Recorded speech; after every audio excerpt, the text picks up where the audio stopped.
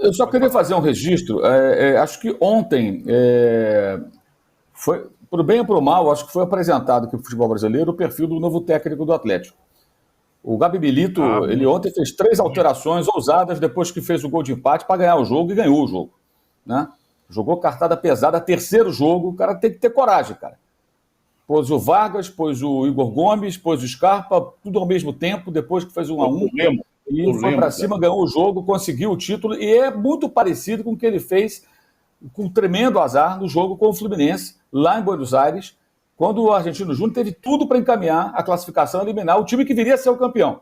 Para lembrar, Marcelo teve aquela disputa com o Luciano Santos, o rapaz quebrou a perna, o Fluminense ficou com um homem a menos, aí ele depois faz 3 alterações para tentar ampliar o placar, ganhava de 1-0, ele queria fazer mais gols, evidentemente, para levar a vantagem ao Maracanã, e aí o goleiro foi expulso pateticamente, o goleiro do Argentino Júnior sai mal do gol, é expulso, o Herédia, que tinha entrado, foi para o gol, um cara de linha, e toma um gol numa bola defensável do Samuel Xavier, que um goleiro de verdade não tomaria. E no jogo do Maracanã, o goleiro reserva passou a mão no vestiário, jogou um menino de 21 anos que nunca tinha jogado nos profissionais, e foi duro para o Fluminense. Outra vez Samuel Xavier chutando e o goleiro aceitando.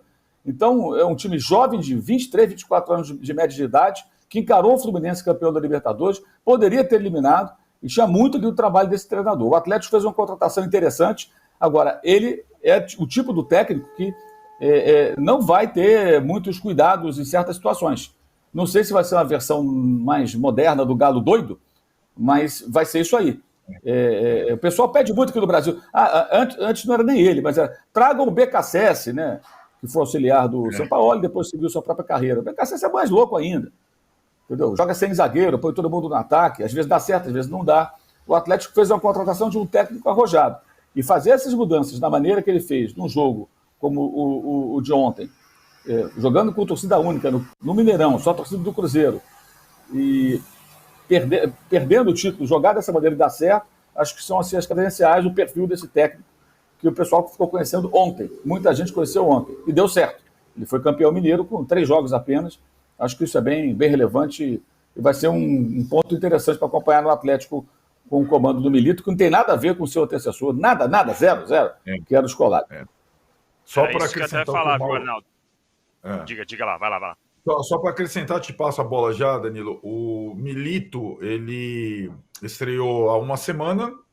No meio de semana, ele comandou o Galo na Venezuela. Foi o único time brasileiro a ganhar na Libertadores. E essas alterações que o Mauro tá descrevendo, ele simplesmente tirou um zagueiro e 2 volantes. Ele jogou com um volante, com um zagueiro só e sem volante na parte do jogo no Mineirão. E aí, quando virou o jogo, ele recompõe os zagueiros, coloca os zagueiros, 2 zagueiros, e tira os 2 caras que fizeram o gol, inclusive o Hulk. Tirou o Hulk e o Saravia. Rapaz, o título com a assinatura, e o Scarpa, que não fazia nada no Galo, fez o 3º gol lá, pegando, arrancando e tudo mais. De fato, Danilo, é o seguinte, você tem que pedir mais like, nós estamos com 3.600, dá para chegar a 6, dá para chegar a 7 na minha projeção.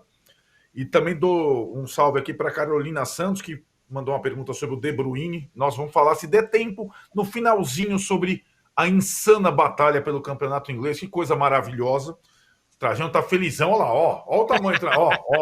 Tá até dançando, ó. Isso, tá. Tem gingado, ó. Tem gingado. E podia estar melhor se não foi aquele pênalti no final lá do... Não foi pênalti. Não foi pênalti. Pois é. Eu só queria fazer um registro musical aqui, que eu gosto muito de música, e pessoas que até que eu conheci e tal. O sobrenome Milito. O sobrenome Milito é muito importante na história da música popular brasileira. Primeiro tivemos o Elcio Milito, que foi o baterista do Tamba Trio. Ele criou o tamba, que era um instrumento de percussão, por isso que é o nome do Tamba Trio, que é muito importante na história da música da Bossa Nova. Elcio. E o irmão dele, o queridíssimo Osmar Milito, grande pianista da noite carioca. Não tem nada a ver com o Milito argentino. O Milito tem um irmão também que jogou bola, né? Isso. Jogava na Inter, foi campeão. Esse Milito é o zagueiro e o outro Milito era o atacante. Né? Exato. Danilo, o Milito técnico é o Milito independente, o Milito atacante é o Milito do Racing. Muito mais importante como jogador, muito mais relevante, sem comparação. Mas como técnico, o Milito está indo muito bem. Mas se for comparar a história dos dois irmãos, é até covardia. O Gabi Milito é jogador de seleção, de Copa do Mundo, de gol em finais em Champions League. Foi um grande atacante. E campeão pelo Racing em 2014, né? É uma lenda. Olha aí, Milito é apenas, entre aspas, um promissor treinador. O irmão dele é monstro. Danilo Lavieri. Também citando aqui o Márcio Félix, que manda uma observação ao Juca. Não se esqueça que o Andrés cravou que o Corinthians ia ser maior que o Real Madrid. Então, lembrando do Corinthians aqui hoje, não vale nem Corinthians, nem São Paulo estão cancelados. Estou lembrando do Corinthians hoje. Não jogou, não ganhou título. O Corinthians e São Paulo foram... Porque o Corinthians é uma presença permanente em qualquer lugar do mundo, qualquer que seja o assunto. Chega, vai, segue a vida. Exato.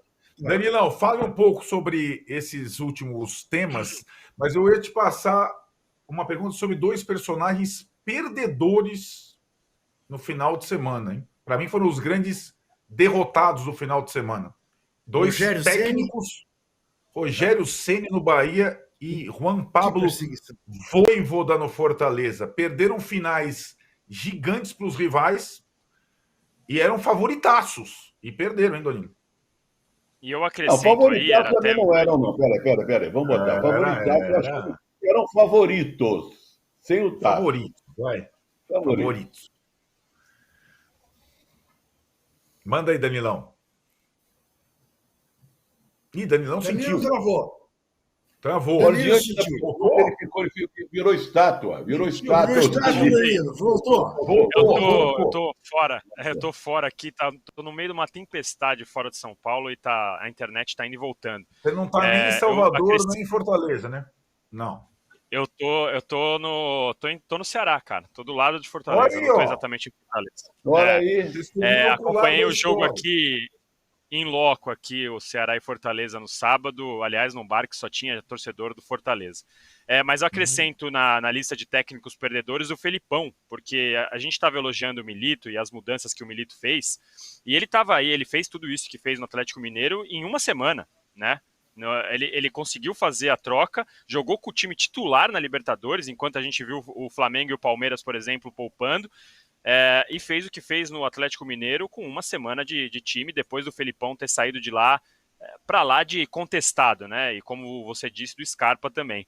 Em relação ao Rogério Ceni, o Arnaldo, eu assim que esperei um pouquinho, porque o legal do Rogério Ceni é sempre ver a coletiva, né? E aí na coletiva deu para ver que ele estava preocupado em admitir que errou, mas para ele é um esforço tão grande falar que ele errou, que no meio das explicações ele sempre acaba passando um pouco da culpa para o time. Então ele cita que no primeiro jogo o time perdeu a força no meio de campo, relembrando aquela história que ele fala sobre elenco. Agora no segundo jogo ele fala de novo, eu não estou querendo culpar a expulsão, mas veja, é muito difícil jogar com a menos. Então o Rogério Ceni, ele faz um esforço, mais um esforço, que assim é inacreditável para poder assumir a culpa, mas ele não consegue deixar de culpar os seus próprios jogadores. Acho que ele percebeu que na coletiva do jogo de ida ele foi muito além do que deveria ter ido.